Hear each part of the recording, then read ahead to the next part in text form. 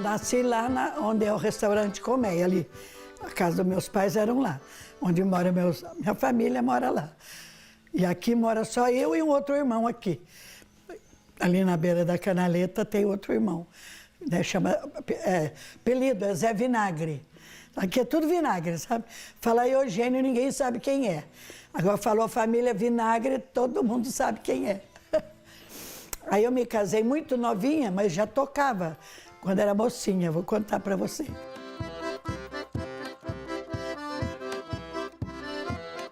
Eu criei praticamente meus filhos tudo andando de charrete, de a cavalo, porque eu morava longe. Morava no sertão mesmo. Hoje o Pau d'Alho é asfaltado. Ali entra na Anhanguera, né? E vai até lá. Hoje tem a luz elétrica. Não tinha. A gente usava no começo, quando eu me casei, era lamparina, vela no quarto. É diferente, né? Televisão. A gente só tinha um radinho, né?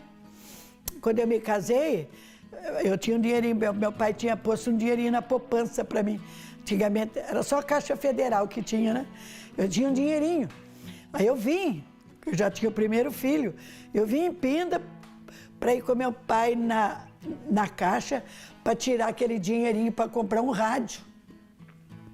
Você vê como era difícil, né?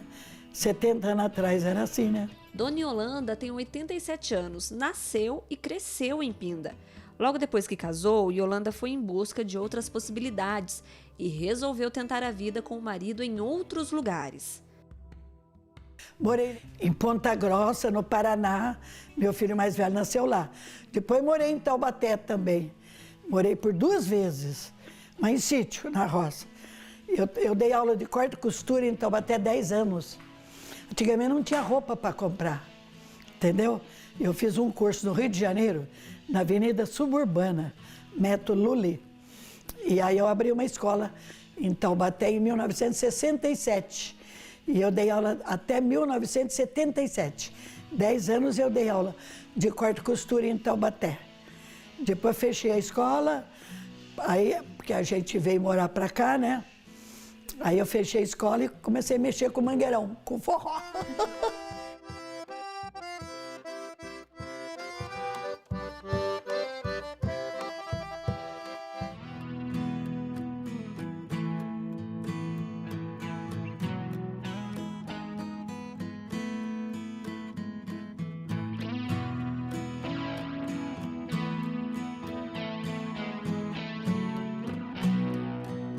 Pindamonhangaba guarda muitas histórias de seu povo, bem como do desenvolvimento da cidade. Só de emancipação política são 317 anos, mas quem conhece a história sabe que Pinda nasceu bem antes disso, com o surgimento de um pequeno povoado. A data oficial Pindamonhangaba é o 10 de julho de 1705, que a rainha Dona Catarina promulgou a Carta Régia de Pindamonhangaba. Mas no livro, o Vila Real de Nossa Senhora de Bom Sucesso de Pindamonhangaba, que eu escrevi, que eu resgatei documentos da Biblioteca Nacional no Rio de Janeiro, que eram oriundos de Portugal, do Conselho Ultramarino, da época, que o Brasil era uma colônia, né? E lá tem informação que já se suspeitava, mas não tinha data, que os moradores da cidade, todos, né, os moradores coordenados pelos principais aqui da época, criaram a vila, que era levantar um pelourinho, nomear juízes, vereadores, etc., em 1º de novembro de 1703. Né? Essa data eu fiz a revelação no livro, são documentos que estão hoje no arquivo, no museu. E, então aí foi de fato a criação da vila. Era um povoado que já existia, mas era uma freguesia de Taubaté, e os moradores se rebelam contra isso e criam eles próprios a vila, em 1º de novembro de 1703. Então, uma data muito importante também para Pinda. Aí há todo um processo, Taubaté protestando contra a criação e Pinda defendendo a criação, né? Isso leva mais ou menos 2 anos, que um navio levar uma carta lá para Portugal, trazer de volta demorava. E então, em 10 de julho, né, de 1705, a rainha Dona Catarina acaba oficializando a criação da vila. Então, basicamente, é essa a história oficial da cidade.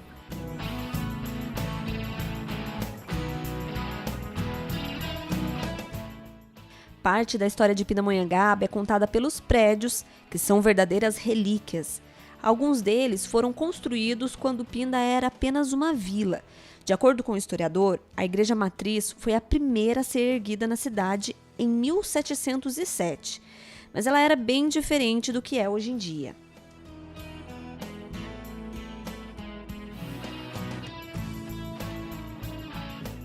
A Capela São José, que fica na Praça Barão do Rio Branco, também é um dos primeiros prédios de Pinda. A arquitetura que vemos hoje é do ano de 1848. Na capela foram sepultados 14 moradores da cidade que integravam a guarda de honra de Dom Pedro I.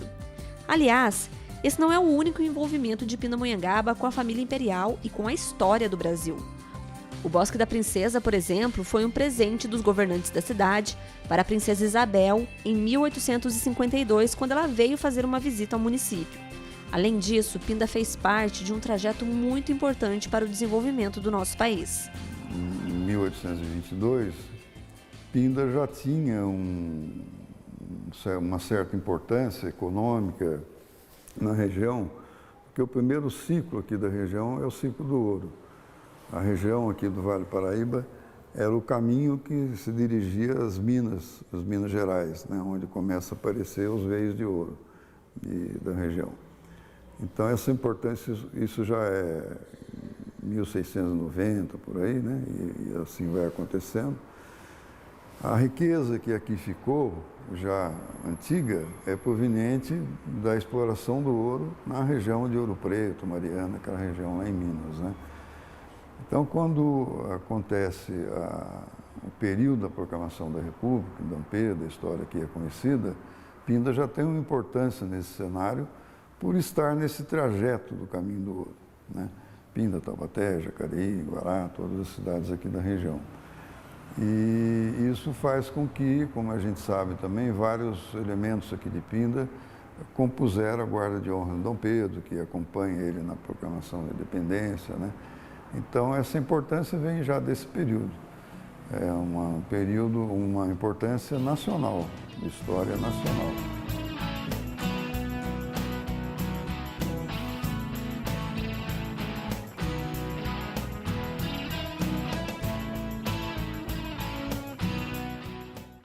Um dos motivos de Pinda ter nascido nesse ponto do Vale do Paraíba foi a estrutura e a beleza do local. Aqui era um espaço ideal para formar uma vila. Se notar esse platô aqui mais alto que a várzea, né, o Paraíba fazendo essa curva aqui na beira da cidade, isso é sui generis. Isso é uma coisa encantadora, digamos assim, né? Taubaté não é assim, a maioria das cidades estão mais afastadas ou estão praticamente no nível do rio, muito próximo ao nível do rio. Essa beleza, esse encanto que a gente admira até hoje, né? A sacada ali do Palacete Visconde da Palmeira, do museu, dá para ter bem essa noção, é uma coisa extremamente interessante. Além disso, aqui era o caminho para a subida para as minas, era um dos caminhos, né? Aquela região ali que sobe aqui nessa garganta que forma a serra, né? Que tem condição da subida. Então, essa condição de ser uma cidade num local de uma natureza privilegiada, isso permanece em nós moradores, mesmo que a gente não tenha essa consciência, né? Mas há de se notar, você vai em outras cidades, às vezes são mais espremidas, as ruas são mais estreitas, a topografia mais acidentada, conhece, né? Aqui na região mesmo nós temos exemplos, né? E Pinda é uma cidade, está num platô interessante, bem espraiada, avenidas mais largas, etc., né? Então, é uma topografia privilegiada, é uma vista privilegiada, né? Um clima privilegiado, e isso criou um ambiente que nós vivemos como pindenses e preservamos isso. Acho que essa é uma característica nossa, mais de qualquer outra.